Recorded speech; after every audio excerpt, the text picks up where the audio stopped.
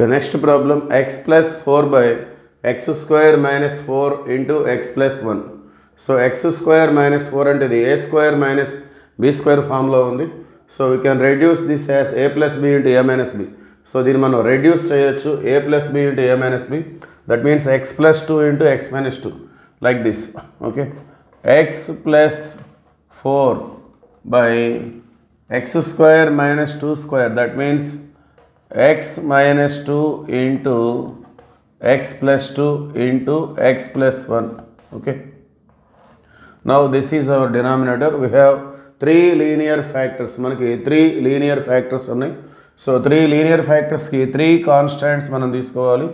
So ఈ విధంగా a by x minus 2 plus b by x plus 2 plus c by x plus 1. Okay, so take LCM here. So LCM తీసుకున్నట్లయితే ఏ దగ్గర x minus 2 ఉంది కాబట్టి దాన్ని వదిలేసి రిమైనింగ్ 2 తీసుకోవాలి. So a into x plus 2 into x plus 1. So b దగ్గర x plus 2 ఉంది కాబట్టి దాన్ని వదిలేసి రిమైనింగ్ 2 తీసుకుందాం. So x minus 2 into x plus 1. So c దగ్గర x plus 1 ఉంది. సో దాన్ని వదిలేసి remaining 2 x minus 2 into x plus 2. So this is our LCM. x minus 2, x plus 2, x plus 1. So left side వచ్చేసి x plus 4 by x minus 2, x plus 2, x plus 1. Okay, now cancel the denominators. We have x plus 4 as a into x plus 2 into x plus 1 plus b into x minus 2 into x plus 1 plus c into x minus 2 into x plus 2. Okay, so ఇప్పుడు ఈ linear ఫ్యాక్టర్స్ని zero చేయడం ద్వారా మనకి ABC values వచ్చేస్తాయి. Put x is equal to ముందుగా మనం -1 substitute చేద్దాం. -1 + 1 0, ఇక్కడ -1 + 1 0. సో ఏబి రెండు కూడా క్యాన్సిల్ అయిపోతాయి. So -1 + 4 that means 3. సో ఇక్కడ -1 + 1 0, 0 into means 0. So first term is 0. So ఇక్కడ కూడా -1 + 1 0, 0 into b means 0. Second term is also 0. -1 - 2 -3. -1 + 2 means +1 into c. So totally -3c is equal to 3. 3 cancel చేసుకుంటే finally c is equal to -1 we get.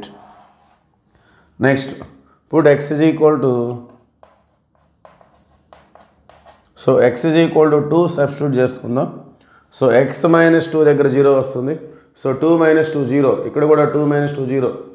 So second term third term cancel అయిపోతాయి. Left side వచ్చేసి 2 + 4 6 is equal to 2 + 2 అంటే 4, 4 into 2 + 1 3.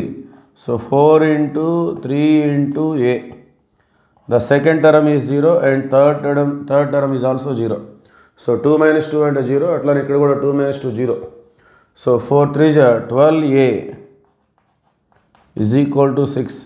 6 1 6 2. So that implies finally a is equal to 2 అనేది right side వచ్చేస్తే 1/2 we have. Next put x is equal to, x 2 తీసుకున్నాం, -1 తీసుకున్నాం, -2 తీసుకుందాం. Put x is equal to -2. So -2 substitute చేసినట్లయితే remaining b value వచ్చేస్తుంది. -2 + 4 that means 2 we get. So -2 + 2 0, 0 into a means 0. So ఇక్కడ కూడా లాస్ట్లో -2 + 2 0, 0 into c means 0. So first term last term 0 అయిపోయింది. So second term వచ్చేస్తుంది.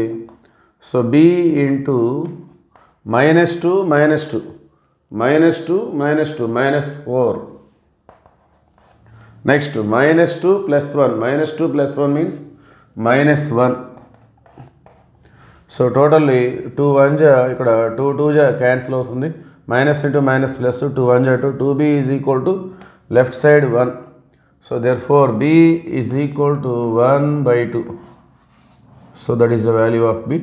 Therefore the partial fractions are a by x minus 2. A means 1 by 2 by x minus 2 plus b by x plus 2. B is also 1 by 2 whole by x plus 2 plus c by x plus 1. C means minus 1. Minus 1 by x plus 1. Okay. So finally these are the partial fractions. Okay. Thank you.